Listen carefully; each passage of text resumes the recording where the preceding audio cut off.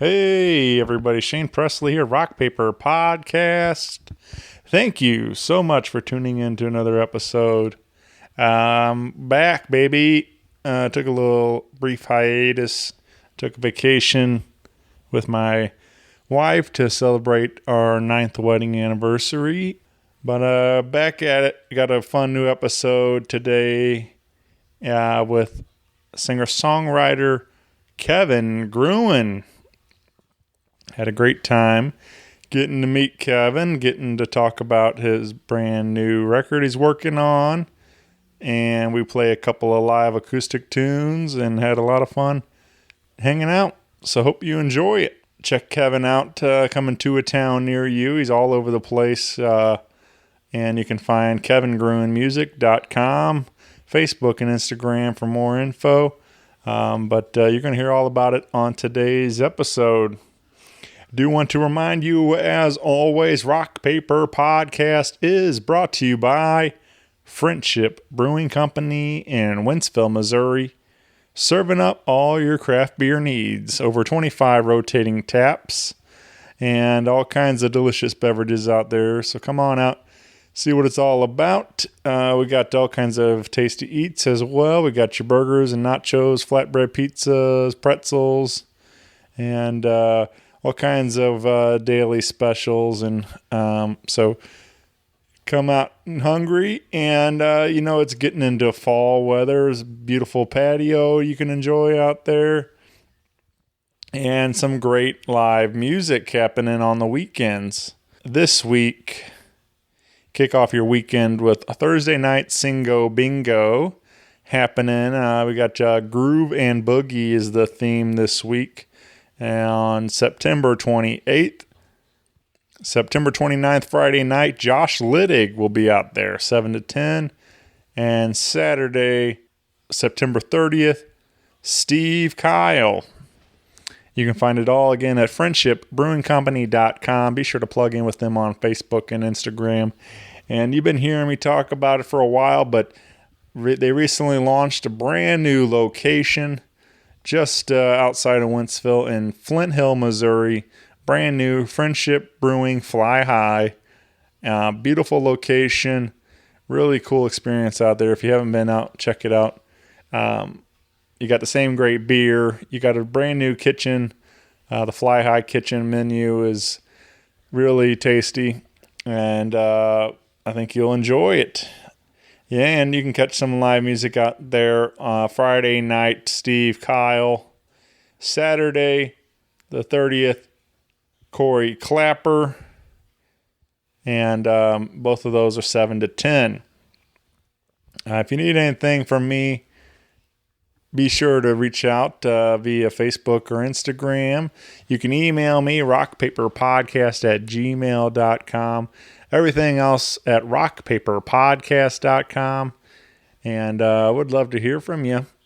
And with that out of the way, sit back, relax, and enjoy brand new episode with Kevin Gruen. The podcast is kind of like it's like a radio show that's not on the radio. It's on the internet. Does that make sense? Uh-huh. Yeah. That's also like my mom. It makes it sound more confusing, doesn't it? It sounds like this. This is Kevin Gruen, and you're listening to the Rock Paper Podcast. Rock Paper Podcast. This is beat paper, paper covers rock.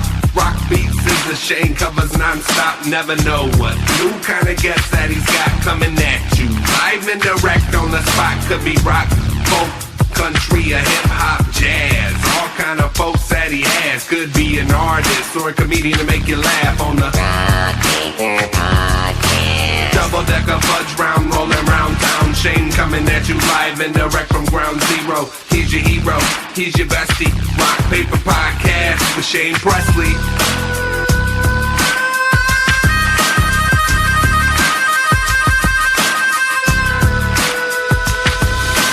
Rock Paper Podcast.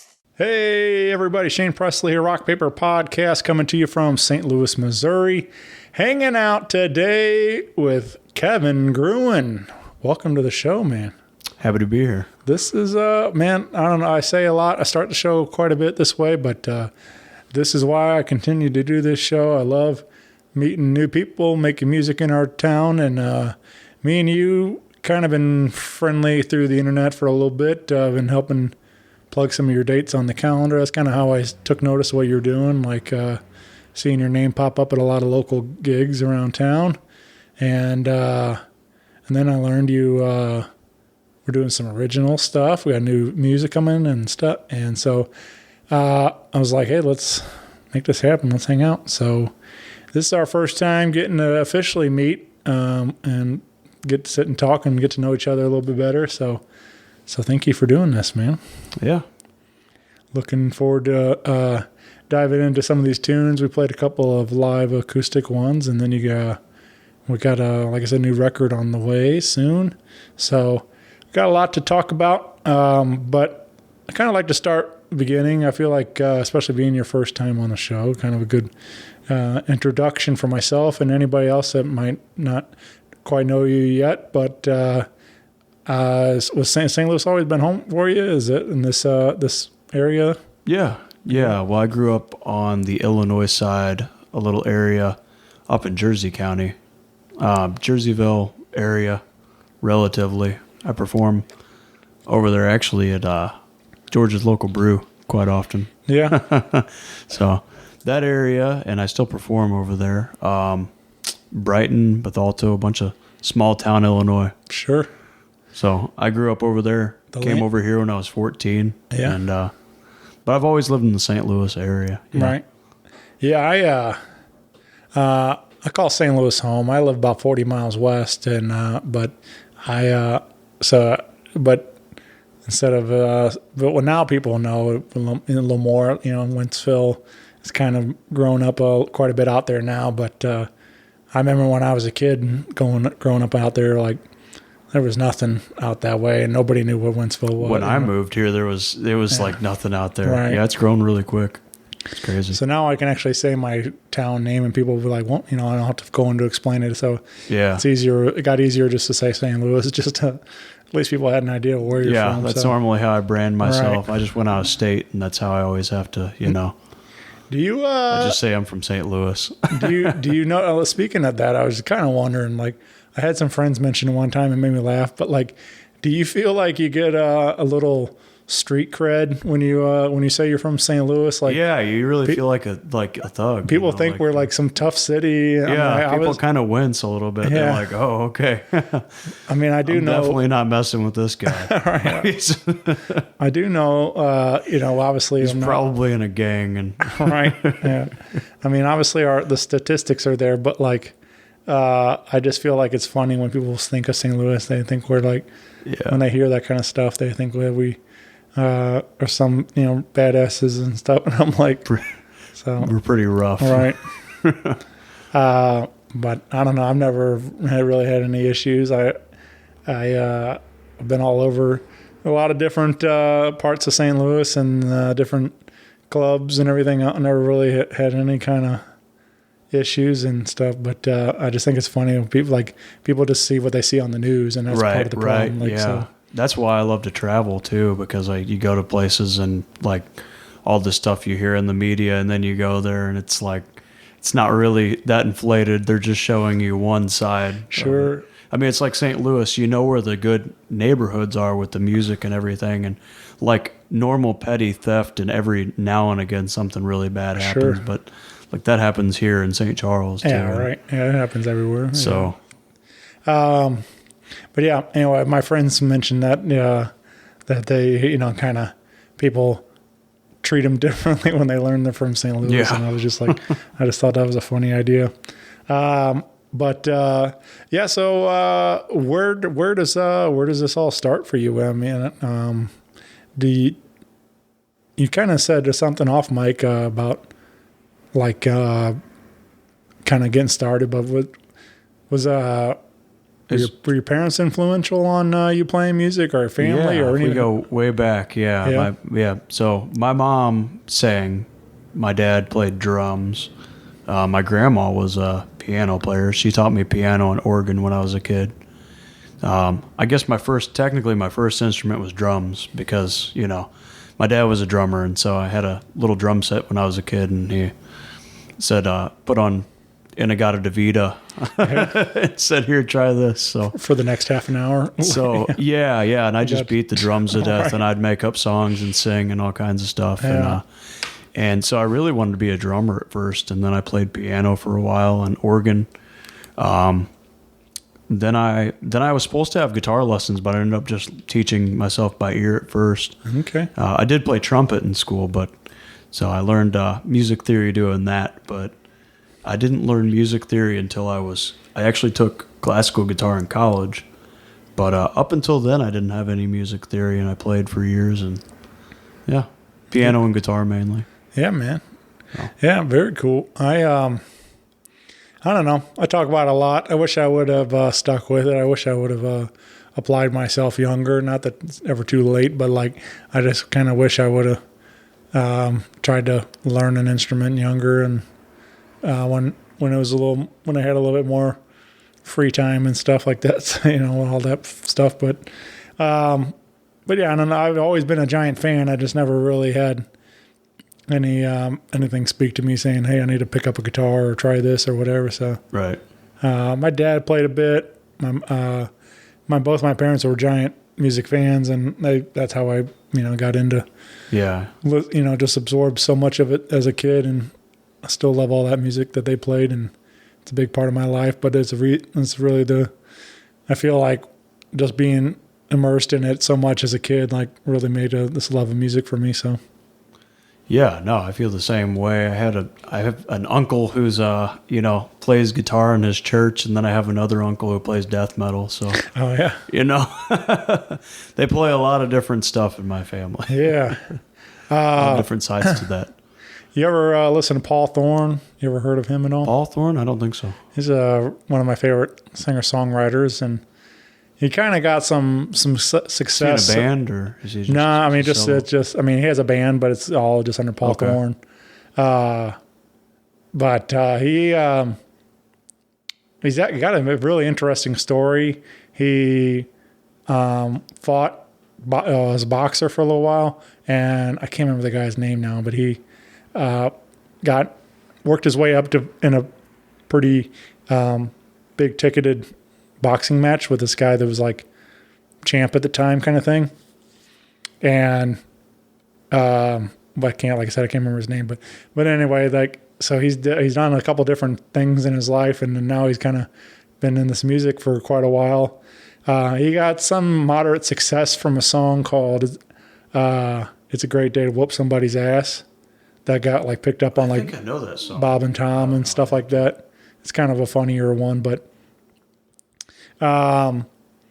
anyway, I think of it all because he's got a song called Pimps and Preachers, and that's his story, is that he has an uncle that's a pimp and an uncle that's a preacher. I know that guy, yeah. And he doesn't do comedy shows too, does he? No, Okay. I've heard that. Like he's like half.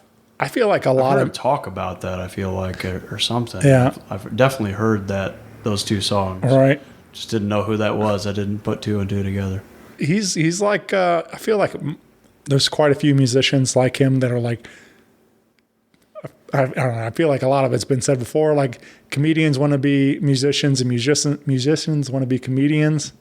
It's like that kind of thing. And then so he's kind of one of those that he's just naturally funny and talented. And so some of his shows are like half comedy shows anyway. That's actually a lot what I do with my with my music.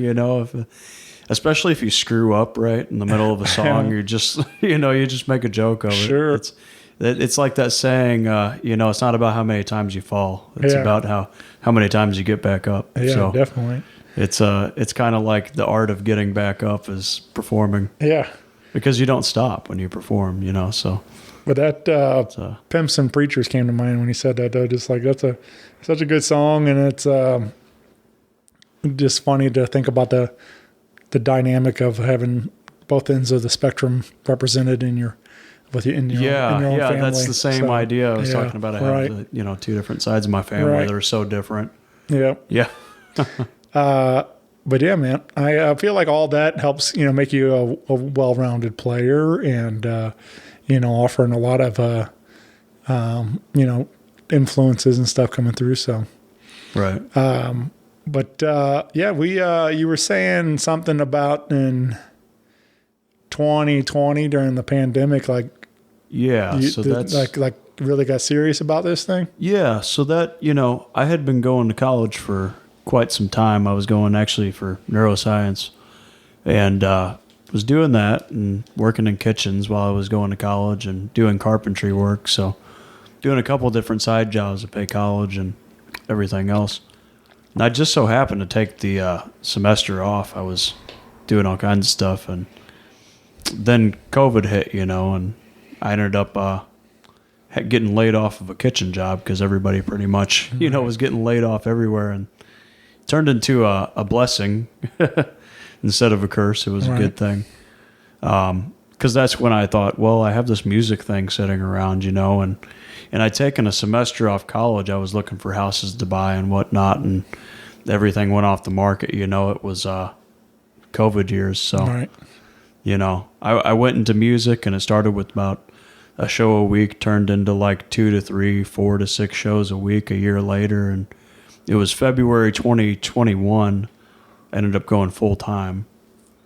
So, it took about a year, took a little over a year maybe to get up to that. But yeah, so that's that's when it became my main income. It became my main full-time occupation. Yeah, it's still like that's quick to me. Like I think like that's impressive that you were able to network enough and get yourself out there to where you can make enough money doing this. To pay the bills and stuff. So it's cool, man. Yeah, I just figure I just lean into whatever I do that makes me unique. And, right. That's the whole game is you don't try to be better than anyone else. You just be better than who you were yesterday. And yeah. Just be the best at doing whatever unique thing you do, and you'll stand out a little. I agree. Yeah, 100%, man. That's how I feel about it. Yeah. Well, let's give a little sneak peek of what we did today. Play a tune that we've been working on, and like I alluded to, you are recording some of these for an upcoming record. But a couple of these you said have been around for a little bit and might not be on that record, but also just fun to play today, and these might appear on a later record. You never know where these might show up, but let's start with a tune called Sinking Ships.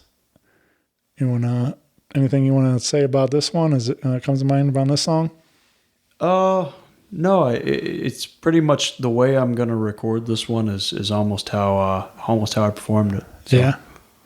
I kind of like just that's what I love about doing the live acoustic stuff on this show. Just kind of, this is what it's like for a lot of your singer-songwriters sitting in their living room or bedroom or whatever, kind of picking around on the guitar, and they come up with these songs. So I kind of like capturing that raw feeling of what it's like the first time you wrote it and stuff too. So right, and like kind of the meaning of the song and whatnot to me is somewhere similar to about like making the right sacrifices. Don't jump on the wrong ships, so to speak, because you can really walk a long way in the wrong direction.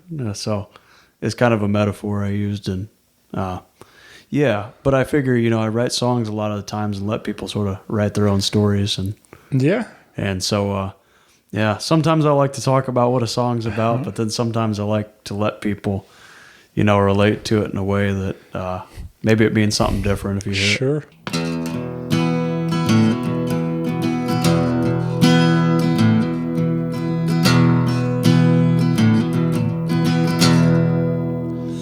Well, jumping on sinking ships, just to run away from the storm unscathed. Destination bound to miss. The hands on the clock keep ticking away, floating on a stream, drowning deep beneath the consciousness, losing control of what you think. It's really back in and you start again.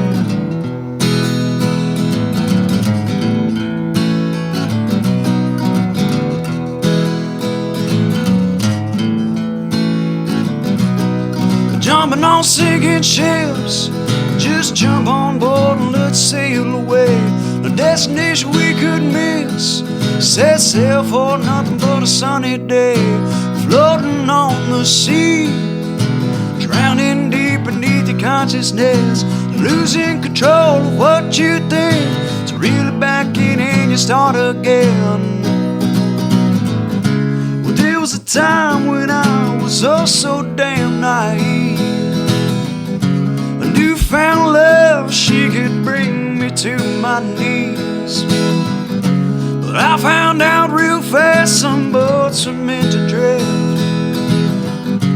Watch those memories fade away in the nighttime like sinking ships, just like sinking ships.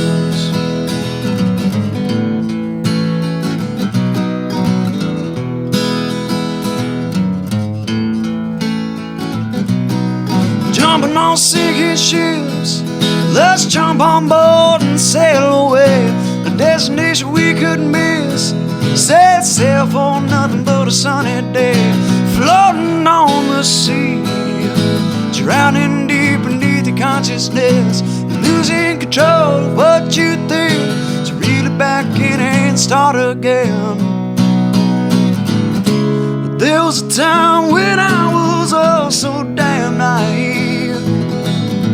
A newfound love, she could bring me to my knees. But I found out real fast some boats were meant to drift. Watch those memories fade away in the nighttime like sinking ships, just like sinking ships, just like sinking ships, just like sinking ships.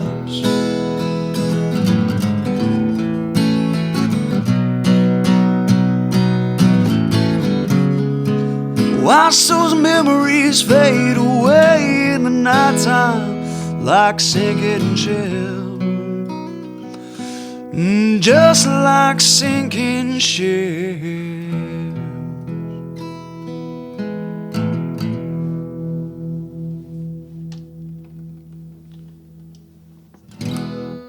Recently, just went on a nice long run. Got to do some gigging, but you also was partly vacation too. Getting to see a little bit of the world, and went with up east, Niagara Falls and stuff. Northeast, yeah. I played. I went and played Maryland first, so I was in the, I guess mid Appalachians. I went up from Maryland, played Gettysburg. I went from Hagerstown, Maryland to Gettysburg to Long Island. I have a friend out in Long Island, and he helped me get about probably half of those shows because he performs all over the U.S. He lives in Phoenix now, so he helped me get about half of those shows. Good guy. We'll be doing a duo show, actually. His name's Richard Nile. I Am Hologram is his band name. But we'll be doing a duo show at the end of this month at Donatelli's, so that'll be a right on interesting gig. He's in town for that. Yeah. So we're doing we call it the Little Too Loud duo. Yeah. But and, so he'll be joining me for that. And the other week was like Maine and New Hampshire and New York. So I did a whole other 2 weeks on the road. Was that, I mean, what kind of sparked this? So is it just, I know you play all over the Midwest here, but was this like one of your first runs that way, or was this, have you made that run before? Or? No, that was the first time I've made that run out there. But I just, I think about getting fans all over the place. Yeah, and, definitely. And seeing new parts of the world while you're performing. I mean, that seems like the way to go. I mean, you could stay in a place for a while. You might oversaturate it and want to just move around a little bit. And I feel like it's a natural thing to do for musicians. Yeah, no, I think it's great when you can take your music around wherever, and get to meet new people because of it. And you posted all kinds of really pretty pictures, rainbow and over Niagara Falls there and stuff. And I played in Niagara County, and that was interesting area. Like, you know, you just see how different people everywhere are, and Yeah. you know. What was do you have a favorite like spot or anything along the way, memory or any like or even food or snacks that you found along the way? Like, Oh, you know, up in Maine they have the lobster roll. Yeah. And that was pretty good. so that was you know, if anybody ever goes up to Maine, you got to get the lobster rolls up in Maine. Yeah. Yeah. Yeah, no, I mean it's all incredible. I really enjoyed all of it, especially performing up in the Maine and New Hampshire areas. It's like people up there are just, you know, incredibly nice. It's a very small town kind of atmosphere, and you know, not a lot of people making trouble or anything like that. It's just, you know, laid back part of the country. Yeah. Road life's I don't get to do a lot of it, but it's always something fun for me. Like I enjoy just going to, I'm a bit of a snack guy, so I like going to random gas stations and seeing what kind of local kind of snacks they have, or different, you know, different things. Everybody's kind of got their own things that they do in that area and stuff. So Right.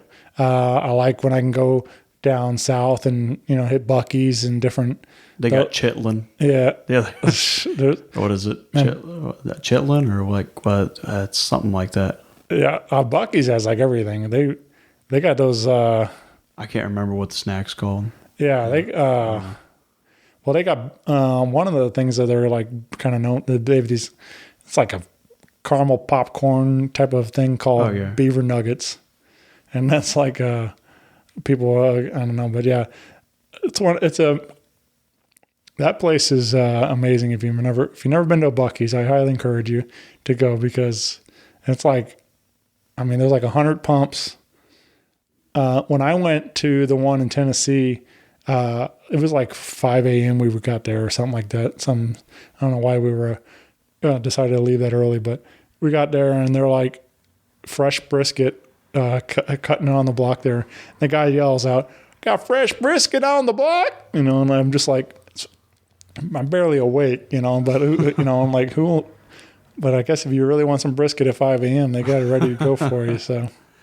Yeah, that's how lobster is in Maine. You know, people are eating lobster 24/7. Right. And I mean, I got some like, you know, other seafood by the end, some clams and stuff, because I'd been eating lobster for 3 or 4 days. Yeah. The lobster is really good though. But I would say if you've never been to Maine, like, man, that part of the country, the coastline is just incredible. You know, there's mountains on the coast, and it's it's a peaceful place. Yeah.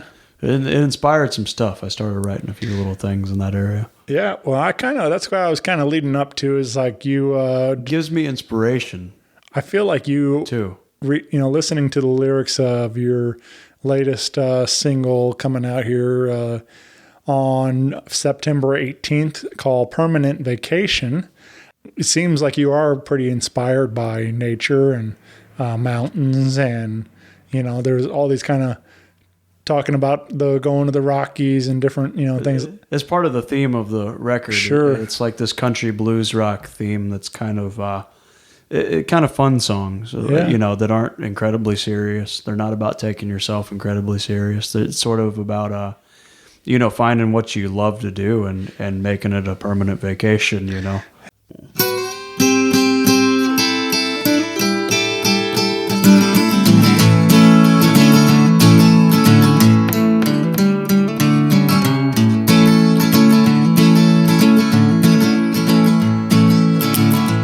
This morning, big smile on my face, rolled out of bed to a beautiful landscape, but I'm feeling good. Yes, yes, yes, I'm feeling great. Well, even the birds are chirping. This morning Joe's as good as one can take.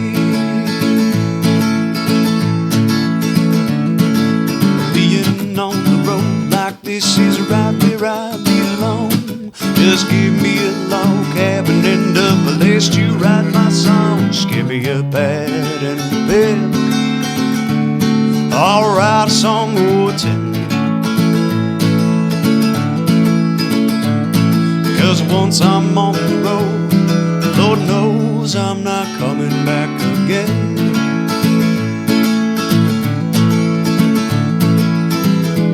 Headed out west, gonna climb those Rocky Mountains.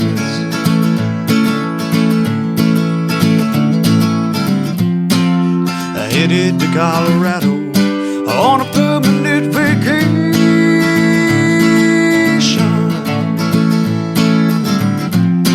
This time I do believe it's a permanent vacation.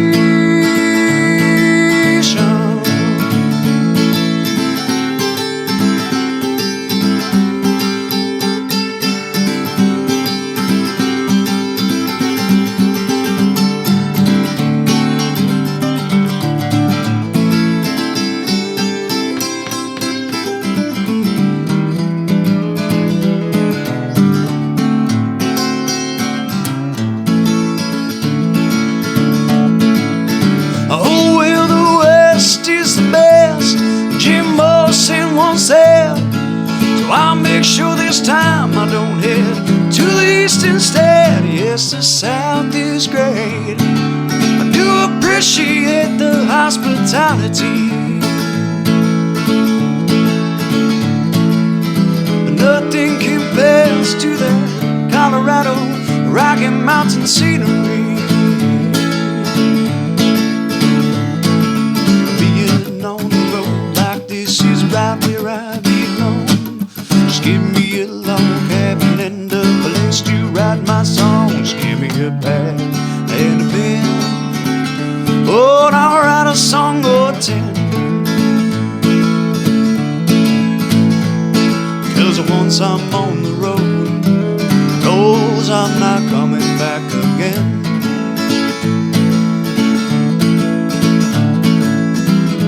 Headed out west, gonna climb those Rocky Mountains.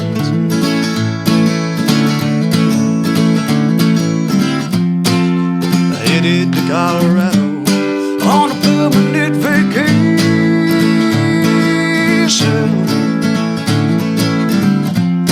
This time I do believe it's a permanent vacation. Permanent vacation. Permanent vacation.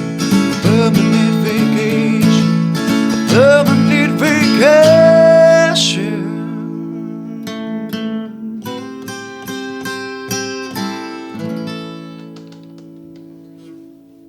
But this was a lot of fun, man. I really enjoyed this song. And again, you can find it on all your streaming platforms, right, as of the 18th?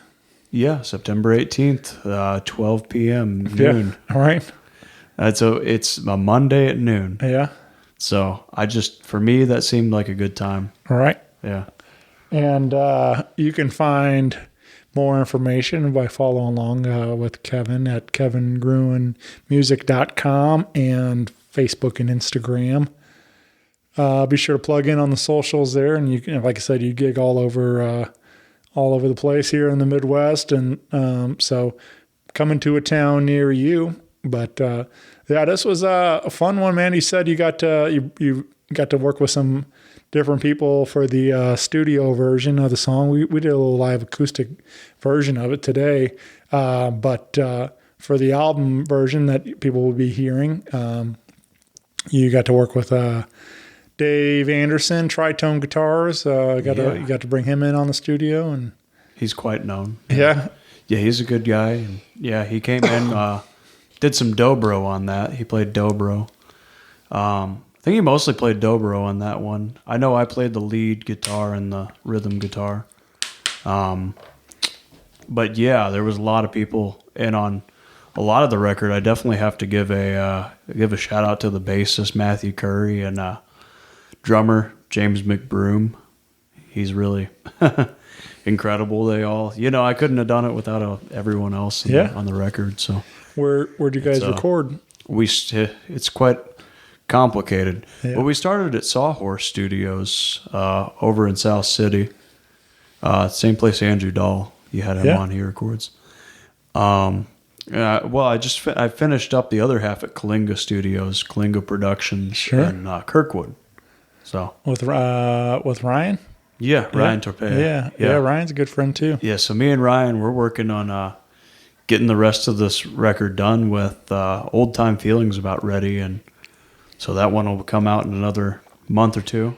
Yeah. No exact date set for that one yet, but Old Time Feeling will be the next single. And then I think we're doing Lost in the Desert as a third single and putting the record out. Yeah. Well, let's drop in Old Time Feeling, mentioning this one. This will give you a little advanced sneak peek at the acoustic version before you can find the album version here coming soon. But I like this one a lot, man. This sounded really good today.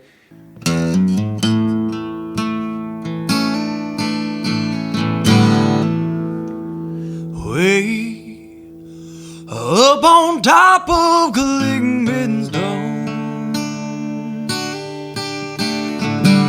staring down at the valley below. The mountain mist, it softly glows and begins to warm my soul. I've been here so many times, ever mostly in my mind. Oh, and if these trees could talk, I bet they speak another time. And there's no time feeling in my bones. Let them carry me back home. Old time feeling when I'm alone. Old time feeling in my soul. Well, I've never felt this way before. Colorado on down the Gulf Shores. I've loved everywhere that I've explored, but I've never been so sure. There's just something about these mountains that makes a man wanna write a song. Just pick up that old guitar, something I can't put my finger on, except an old time feeling in my bones. Plain and simple, nothing more. Old time feeling when I'm alone. Old time feeling in my soul.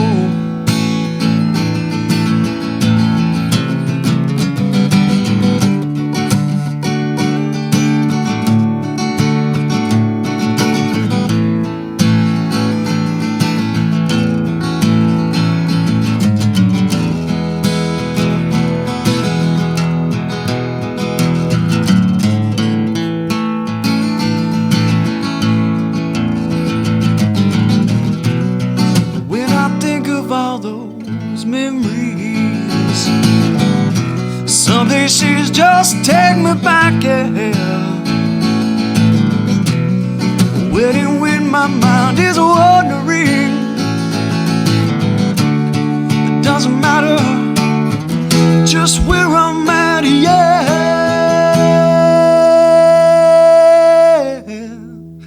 And there's an old time feeling in my bones. Let them breeze carry me back home. Old time feeling when I'm alone. Old time feeling, don't let go.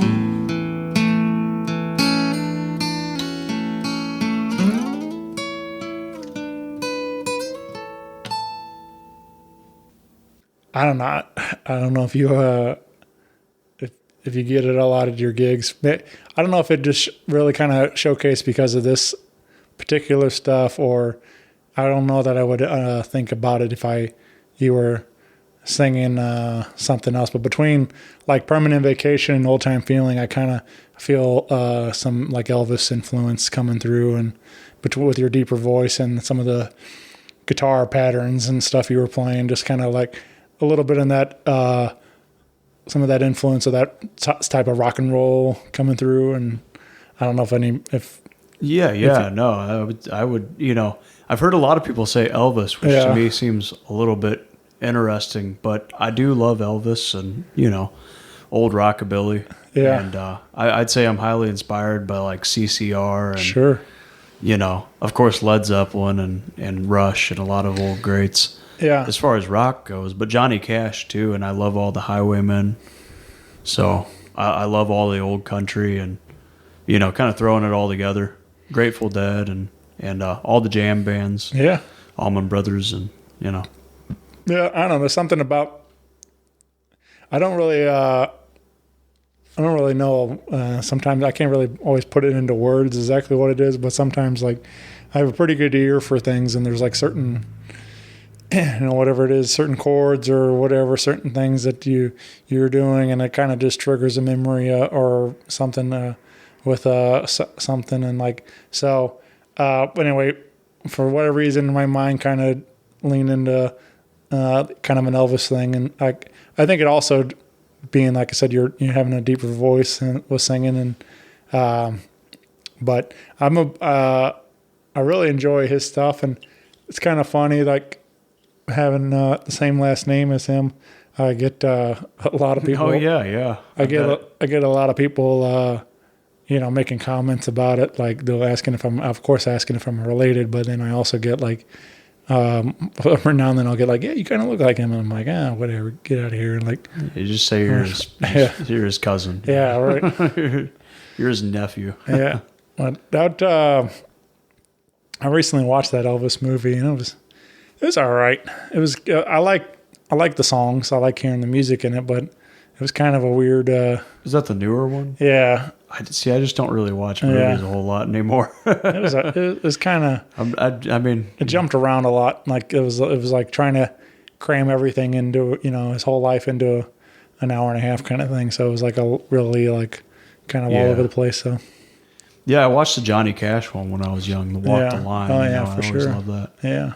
But they said the Queen one was pretty accurate as far as that timeline went. At least that's what Brian May is the guitarist for Queen had said. The movie's pretty accurate as far as the Queen one goes. Yeah, I actually haven't watched that one yet. Bohemian Rhapsody. Yeah, I need to check that out. Yeah, it's pretty good. I mean, you know, if you're into those type of movies, the Beatles have like 1,000. Sure. Yeah. I think Elvis has about 1,000 of them too. Yeah. It's kind of crazy. Yeah. It's like, if you ever been to Graceland, I don't know. Yeah, we did that run. Like I was probably 14 or something. Yeah. We were pretty young, but I think it's great, but like some of these other people should really get a lot of recognition too. It seems like, yeah, you know, I went past the Johnny Cash birthplace even once, and it was just like his boyhood home, and there wasn't really anything there as far as tourism and stuff, and like I guess nobody ever visits that place, and so all these other ones, you know, you have a whole blues trail, and they got. I went to Jacksonville. My brother-in-law lives down there, and we just happened to be like hanging out, and my mother-in-law noticed that the Allman Brothers' house is down there, where it was like the house where they originally did like the first jam. Like Dwayne Allman formed a jam session in the living room, and that led to being the Allman Brothers, that they all like moved the band to Macon and try to make a run at it, getting a record deal and stuff. So they have like a national, it's got a big plaque out front and stuff that this house is like a landmark now and stuff. So like, but I thought that was like super cool. Just like kind of same kind of thing, like seeing where it all started, like looking we didn't go in the house or anything. We just reading the sign outside, and it was just like, but kind of like allowing herself to go back in time and think about like, man, that would be some wild stuff to think about, that jam that the Allman Brothers, you know, like, so. Yeah, it's crazy if you go to those states, like everywhere between Kentucky, Tennessee, and Mississippi and Alabama. It's just like so much music history. You can go anywhere, and something is musically historic. Mm-hmm. It doesn't. I mean, there's so much in Mississippi personally that I still want to see. Yeah, that's like you know, the whole blues trail, because I'm highly influenced by like Delta blues and that kind of stuff, and I feel like that's a spark for a lot of early rock and roll. You know, if you go back and where Clapton got it from and where Led Zeppelin and all that stuff. Oh yeah, yeah, they all got it from the old blues pickers. Yeah, sure. Yeah, it's all they were all covering it too. Yeah, it's all Willie Dixon and Muddy Waters. And so that's what really inspired me, you know, when I figured out that the first Led Zeppelin album was all covers of old blues songs except for 2 songs on that record. And, you know, then I realized that Foghat had done it, and the Stones, and I mean, name a rock band, and they were all covering old blues songs. Stones. It's like I like to say that the British invasion was like a revival of Mississippi Delta blues music. Mm-hmm. And so... yeah, that when I figured that out, that really kind of like gave me a spark to keep digging and really wanting to learn some older stuff. So I do play some older blues things sometimes at gigs, and you know, sprinkle them in there for people, even if they don't necessarily know them. It gives me a little bit of a different flavor. I agree. I think that's one. It's kind of how I like, I'll discover a lot of music backwards, you know, like kind of that thing, like, you know, I love all these bands and what they did with those songs, but it's fun to notice like that these are all written by, you know, these guys before them and stuff. So, so I kind of. Yeah, Robert Johnson, Willie Dixon. Yeah, like a lot of records are practically credited to him now. Yeah. So, yeah, there's a lot of history there. Yeah, man.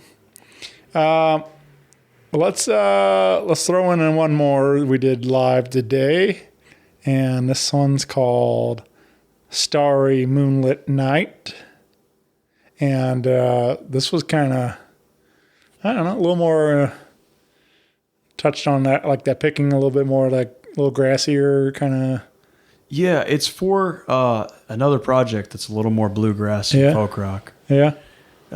So yeah, it's a little more on that side of things, definitely. Yeah.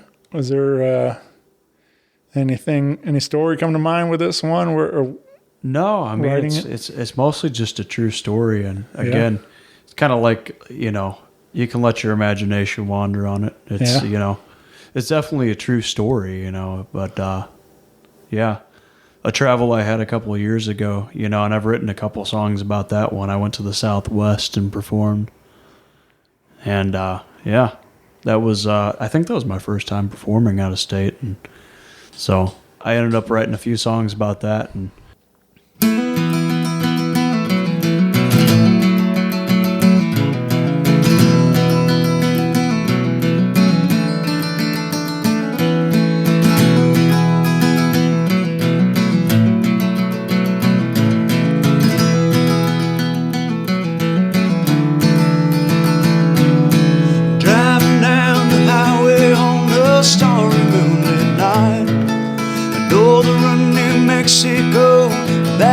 beyond sight, miles and miles of a wilderness, washing mountains pass me by. The wonders of the world mean nothing without you by my side.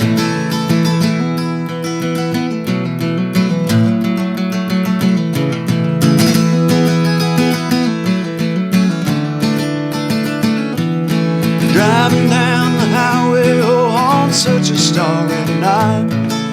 Miles and miles keep rolling on a single car inside. The tires tread the gravel as I pull off to the side. Stare into the darkness to find the shining light. And I know you're somewhere out there looking up at those same stars. 1,000 miles away, but girl, it doesn't seem so far. Looking into the heavens, oh, and tell me what you see. Knowing that you're gazing on those same stars as me.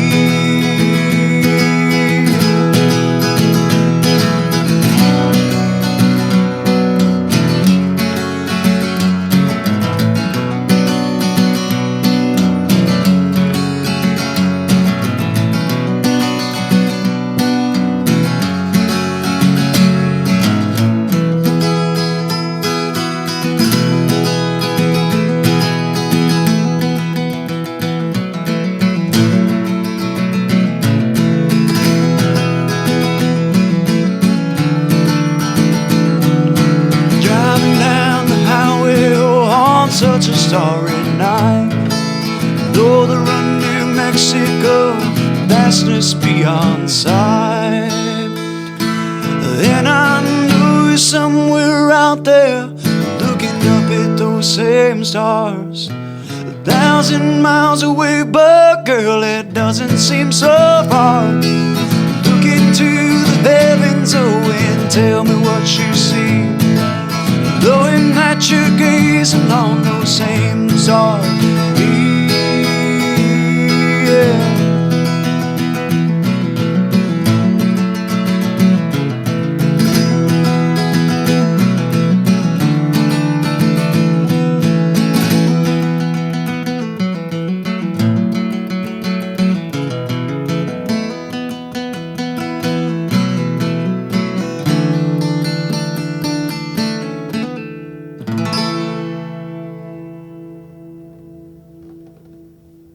There's a lot of purposes for me with traveling. You know, it changes my environment, and I think that's one of the best things about traveling is it really makes you resourceful and just appreciate everything you have. Because when you're on the road, you know, everything just like oh, I need to find food tonight. You know, I need to find this, I need to find that. So it makes you a true resourceful kind of survivalist. Right.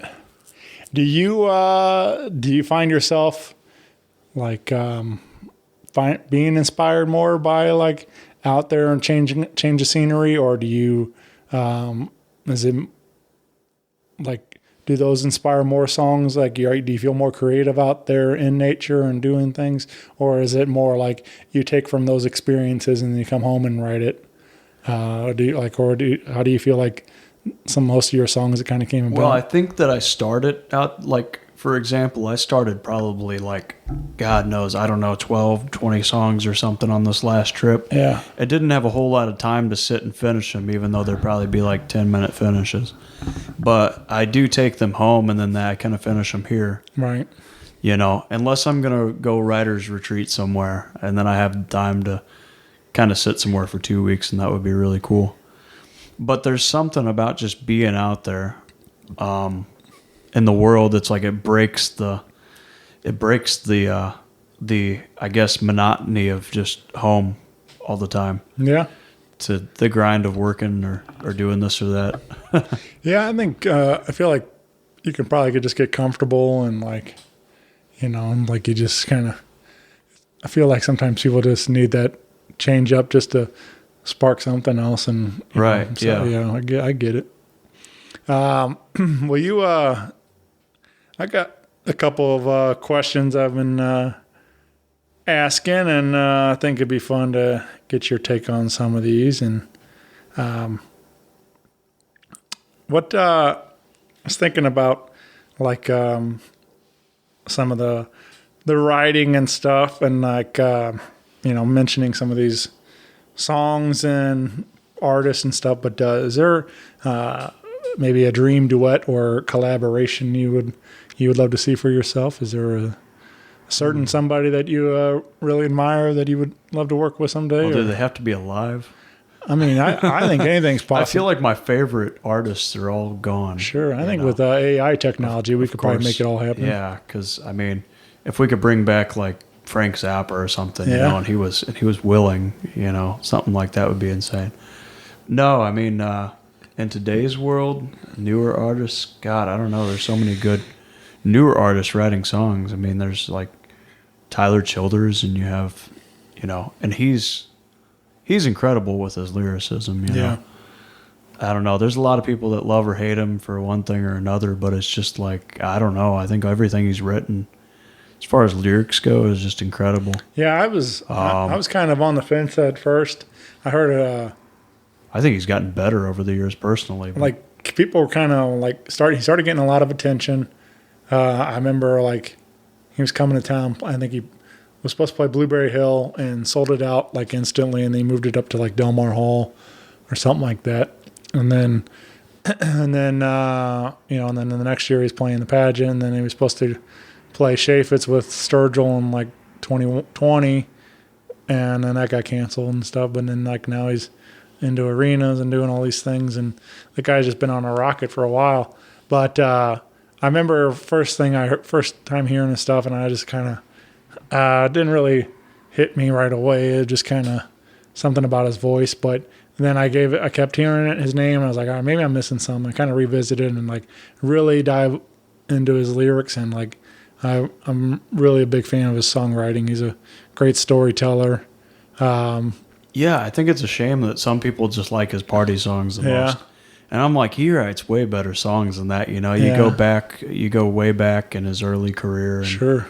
You know, Virgie's one that some like of that. Yeah, is one that like really resonates with me. It makes me think of my mom a lot. And Shake the Frost is one of my favorites. That's just great storytelling. His imagery, like talking about, reminding me of a Sunday back in old Kentucky, and it's like, that's so much imagery.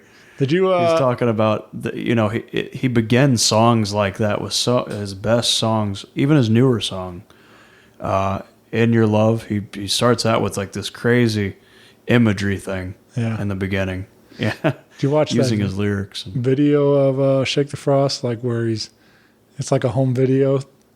Oh, yeah, I think so. Maybe. I've always watched his live, like he has a live one for that that's really good. There's like a home video like spliced up of him like playing the song for years and years, and like it's just kind of, you watch him being like, go from like a little kid to becoming a man singing the song kind of thing. Like he's, he was pretty, obviously he's still a young guy, but like, he was pretty young when he's writing these things and but anyway, it's just fun to like see like it goes from like the couch in at a friend's party, where nobody's there. Now he's got an arena full of people singing the song. It's just like, So I'd be lying if I said I wasn't influenced by a lot of the newer people out there doing things too. Like, like, him and Zach Bryan, and there's even like Sierra Farrell and some of these ones that, God, I can't name all of them, but there's some that nobody even knows. Sure. Yeah. Just,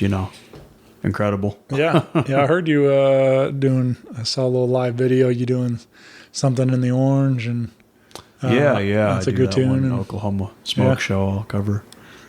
A couple of those. But yeah, I guess when you're playing the bar shows and stuff, you gotta hit them with some of those. Oh yeah. Get them. Get the young girls. I'm sure those requests are coming in quite a bit for the Zach Bryan and stuff. And, I don't know. They eating him up, man. He's like, that guy's another one that's been on a rocket to the top. So. Yeah, I love how humble he is too, because he's kind of just like, I don't really know what I'm doing,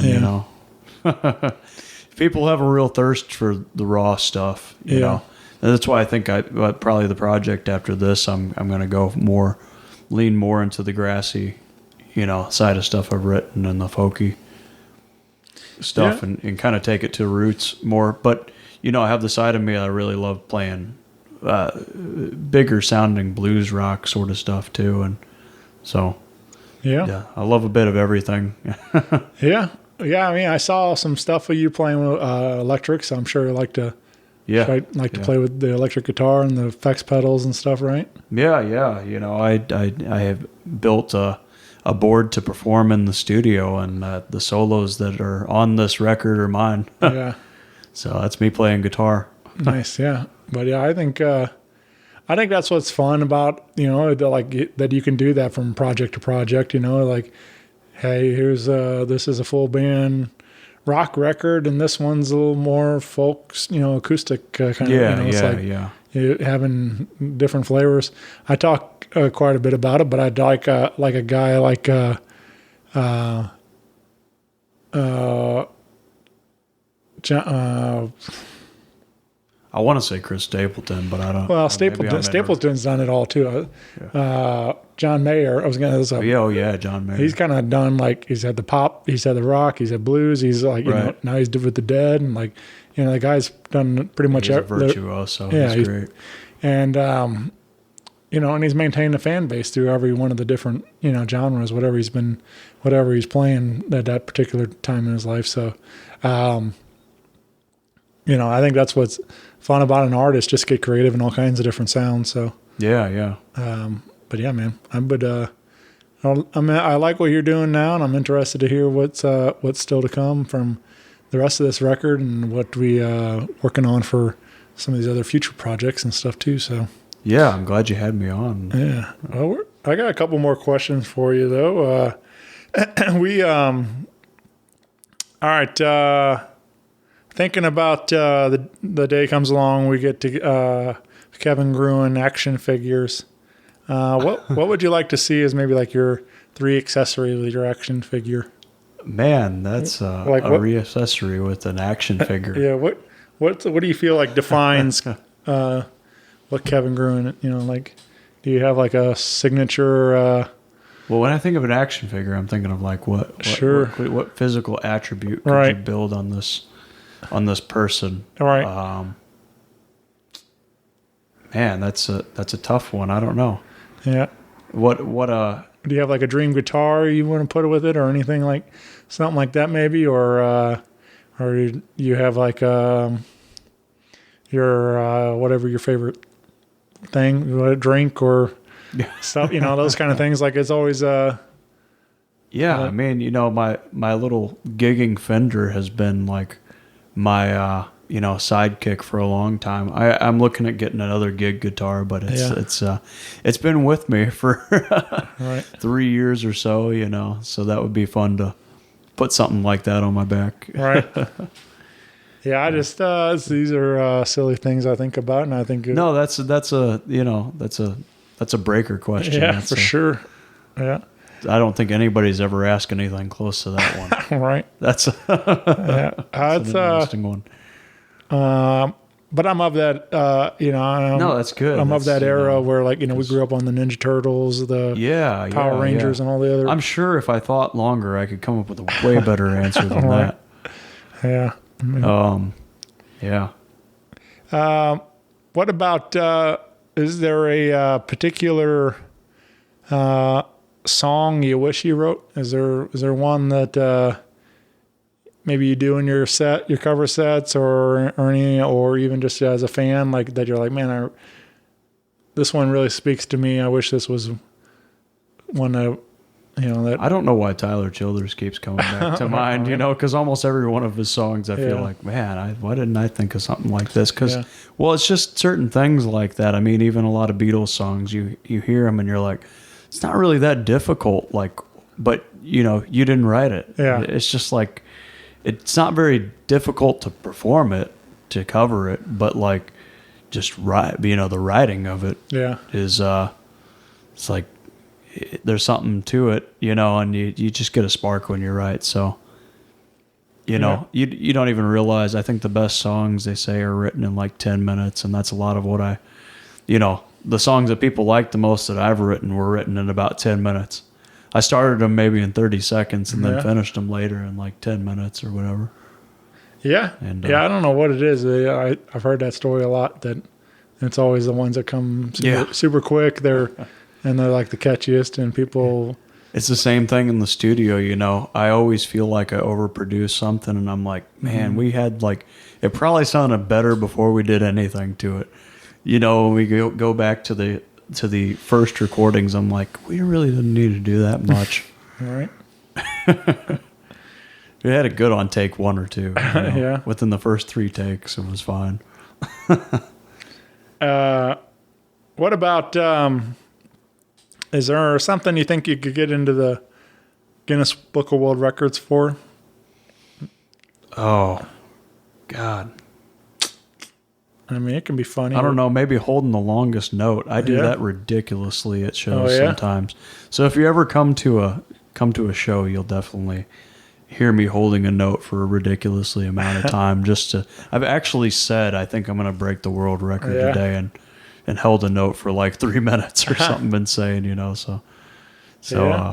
that's usually gets a lot of claps. I try not to overdo it, but sometimes it turns into a shtick. All right. Yeah. It's always fun to see how long you can hold a note. Sometimes it's you know. Yeah, it's a game to play. For sure, yeah. What about what do you consider your like most proud moment so far of your music career? Is there any particular gig or is it this permanent vacation there's song? Been a lot of like gigs that I know, that I get, proud about in the moment, at least because people just get up and dance along, and I think it's people singing along to your songs. Yeah. Because sometimes strangers will be in a room and I'll see them lipping a song of mine. Right. And I'm like, how do they know this song? It's not released or anything, but it's catchy, and it's usually Old Time Feeling. Old Time Feeling is the one that, I'm most happy about that. People seem to like it a lot, and I don't know the particular reason why. I don't think it's a bad song. People just really seem to like that song so far, and so I am really happy about that song. But proud of like gigs. I feel like just every gig where everybody shows up, because I've built fan bases in all these areas, and just everyone showing up every single time and singing along or dancing, and I do sing-alongs at the end where I'll have people sing back to me, and it's that every time that connection is everything. I say like the crowd is at least 50% of every show. Sure. So that's what keeps me going really at the end of shows, when people are really listening and I get a whole room dancing or singing along, to even cover songs. It's like, that's like the joy of music. If I can make someone else's day better doing what I do, then it worked out for not only me, but it worked out for everyone else. It made their day better. That's what it's all about, man. So I did these singing telegrams for a while, and they're very personal. Yeah. And they're really like, I had a couple people like go to tears over songs, and I don't have to understand it. They have some sort of connection with that song that I didn't realize. Yeah. But I was hired to play this song for this person, come to their house or their office and dress crazy and sometimes jump on an office table or do something wild. And so, that's brought a lot of energy into my life when I do those. That sounds like a fun little job. Yeah, it's a good little side gig, and it inspires me sometimes, gives me energy. Do you have any particular moment, like what a certain song that comes to mind when you think of that? Like, is there that really sparked feelings with somebody? Is it like songs I've heard? That you played on that for somebody. Like, which one do you feel like? I'm trying to remember the one that really made someone. I have a buddy. Up. I'm trying. It wasn't a particularly sad or like love song or anything. That's why I was like, wow. Gosh, I'm trying to remember because it happened a couple different times. One of them I think was a Frank Sinatra song.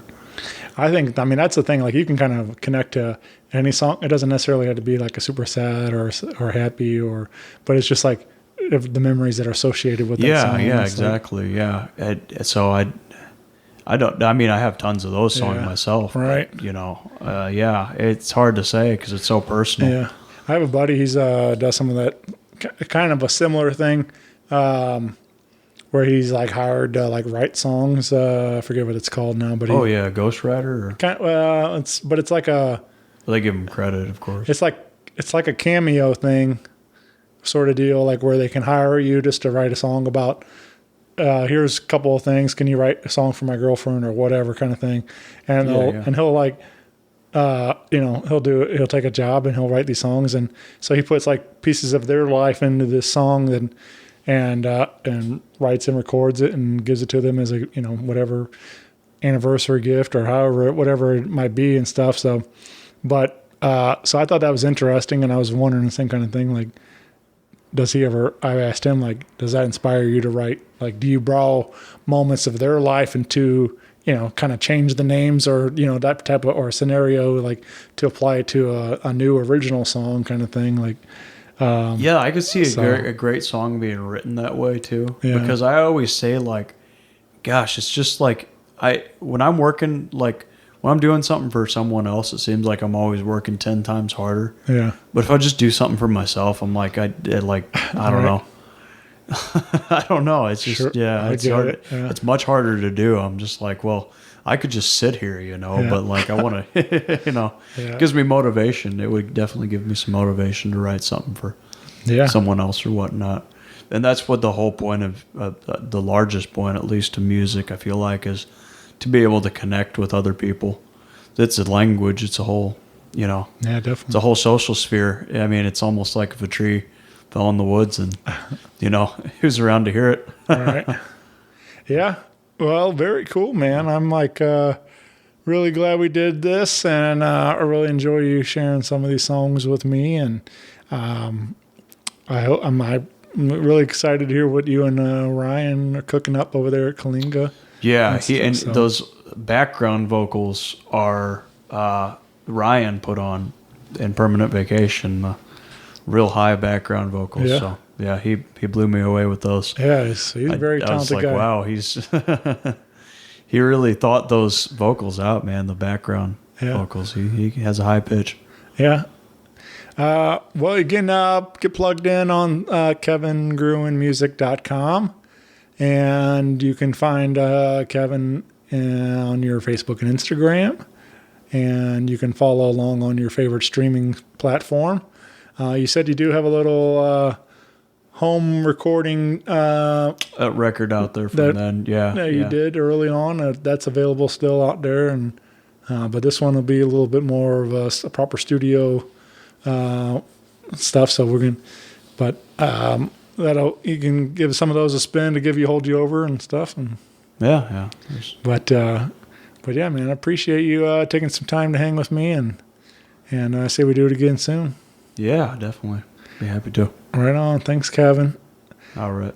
Bye, everybody.